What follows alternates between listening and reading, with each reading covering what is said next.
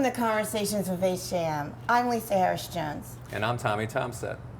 And today we have Democratic Nominee for Comptroller of Maryland, Delegate Brooke Lierman. Thanks for joining. Great to be here. Thanks for having me. So you just made history. We just had a primary, and you are on your way to be the first woman comptroller for the state of Maryland.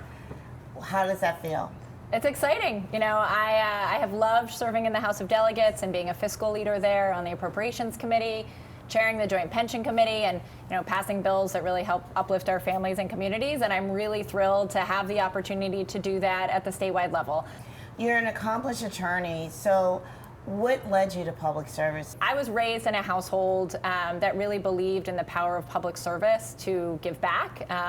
And I truly believe that government can be a force for good and must be by removing barriers and creating opportunity for every community. But actually, locally in Baltimore, I grew up in Montgomery County, but was living in Baltimore after law school. I was working as civil rights and disability rights attorney, but I got really frustrated at the fact that the bus wasn't showing up on time, the fact that the public schools in my district were just not fit for kids to go to, and some of the local issues that I saw, but that had statewide implications.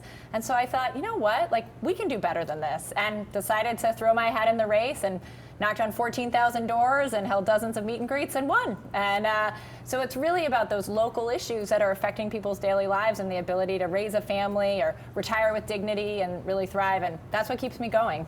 All right, so looking at your time in the Maryland General Assembly, you mentioned you served on the Appropriations Committee. Recently now you're serving on the Environment and Transportation Committee. Yep. Do you think your legislative experience is going to have any bearing on how you operate as the comptroller? Absolutely, 100%, because my legislative experience and my leadership have been about bringing people together to address challenges and brainstorm around solutions to those challenges and then get things done, right? I've been one of the most effective members of the House of Delegates in terms of passing legislation, by the way, which has almost all been bipartisan, passed with wide bipartisan margins. And so really excited to bring that ability to work with people across the state and on both sides of the aisle.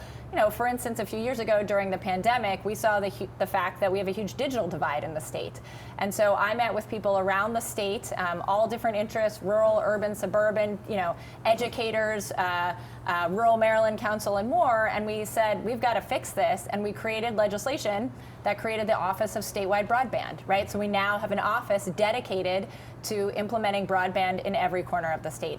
That's the kind of work that I've loved doing, and that's the kind of focus that I will bring to the comptroller's office, right? The comptroller's the elected CFO of the state, and we need people who are working with communities to help them grow and be more prosperous and grow our economy, and that's what I'm excited to do. Using that legislative experience, understanding the role of the comptroller, and being able to get things done. Looking at the polls, it looks like it'll be very unlikely that you won't have a victory in November. And the same goes with Democratic nominee Wes Moore.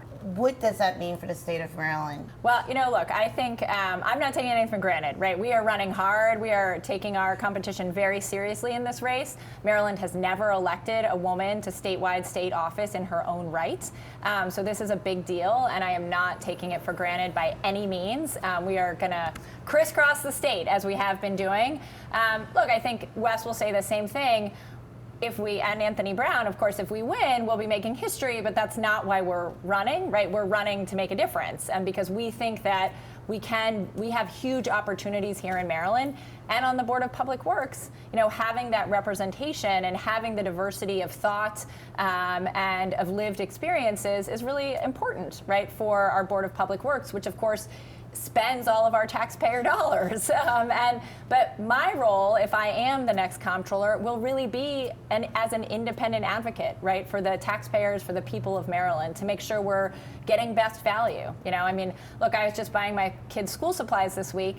Inflation is real, and it's really affecting families, and we need a comptroller who understands the challenges, sees that, and can work with people to make sure that we're thinking how to solve problems in the short term, but also addressing problems in the long term, right? The effect that climate change is going to have on our communities and on people's properties, the effect that, paying for the blueprint for Maryland's future to improve our public schools, supporting our Black-owned businesses, immigrant and veteran-owned businesses so they can really thrive in Maryland. So I'm excited about the work ahead. You mentioned earlier you grew up in Montgomery County, you represented Baltimore City, so you spent all your time in Maryland in a big 8 county.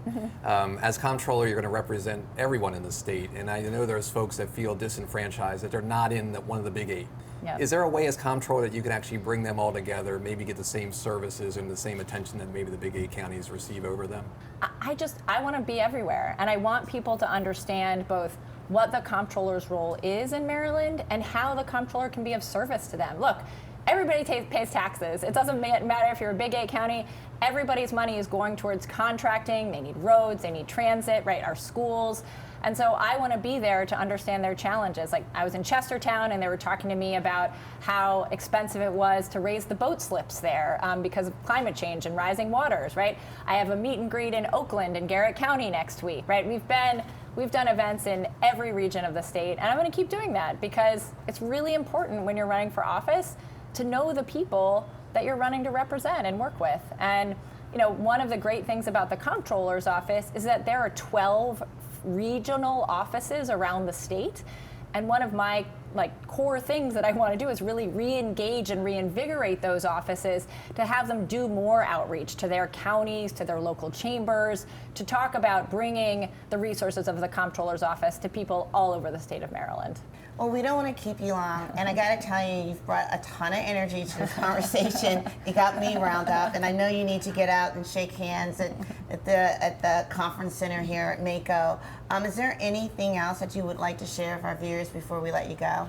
I think it's just important that people remember that this is the first opportunity in nearly 100 years that every statewide elected is open on the ballot. Governor, Attorney General, and Comptroller. And there has not been an open seat for state comptroller since 1998. So we have a really unprecedented opportunity now to set the direction of Maryland, not just for the next 4 years, but the next 40 to come. And we need people who are going to be thoughtful, who are dedicated to bringing folks together, who have a vision but are good listeners, to be leaders in those roles, to work together, to really make sure that Maryland meets this moment and is thriving moving forward, that everybody does better. And that's what I'm excited to do. All right, you got me excited.